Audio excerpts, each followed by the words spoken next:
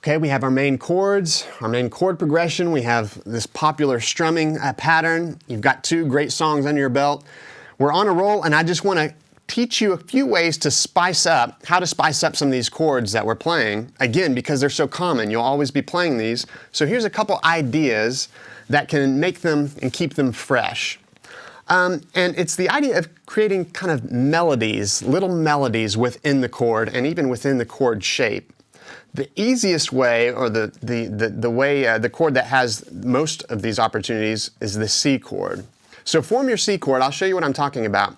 So there's my C chord right there. And if I want to create like little melodies, little variations in the chord, I can just lift up or put down one of these fingers without really changing the basic structure of the chord shape. So here's my C chord. Now watch this. I'm going to strum, and then I'm going to lift on my index finger. Hear that?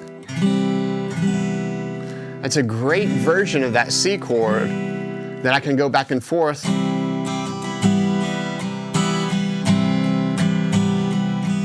And it really doesn't feel like I'm changing my hand much. The same structure is in the hand. But I can do the same thing with my middle finger. I can lift up and close it, and I get another variation.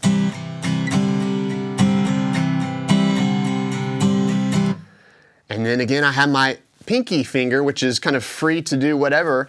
And what's nice about this particular shape is that my pinky finger, for most of our hand structures, your pinky is kind of hovering above the appropriate fret. All of these, except for the G string, but the E, the B, and this D string, played on the 3rd fret, work well with the C chord. So I can kind of just drop my pinky on the 3rd fret of that E string, for example.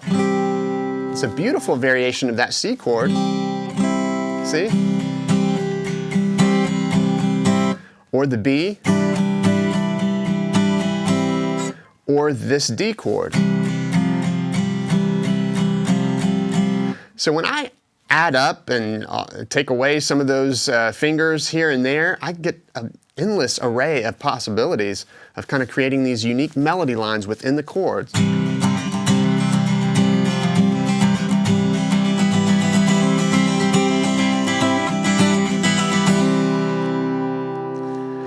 A lot of songs that we hear when we start to talk about fingerstyle guitar or doing what we call hybrid picking, fingerstyle, different things like that. A lot of times if a song sounds complex, we're surprised to discover that really it's common chords, but they're just lifting up fingers at various times to create what sounds like a really complex melody and harmony happening at the same time. So you'll use this over and over again. The more comfortable with it you are, you'll find yourself wanting to kind of insert it or inject it in some of these common chord progressions. So those are some ideas on the C chord. And I'll also have some opportunities on this D chord. On the D chord, I can lift up my middle finger like that. It's a beautiful variation of that chord. Or I can put my pinky down, or kind of combine them.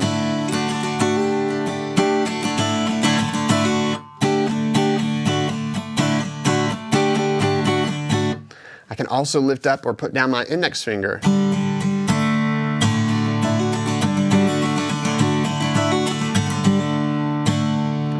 And there's a song called Blue on Black by Kenny Wayne Shepherd that kind of features that little riff within the chord.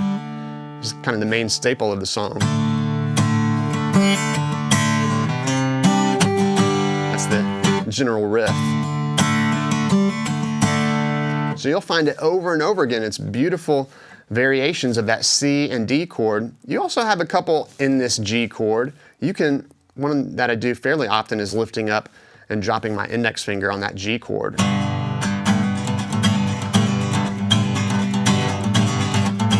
It has a really cool sound to it. So you can experiment and play around with that, but because these chords are so common, because this chord progression and these chords being combined within a single progression is so common, you'll want to find ways like this to kind of give it some new life and make it fresh and make it new again. And these little tricks of lifting up a finger and putting them down here and there is a great way to do that.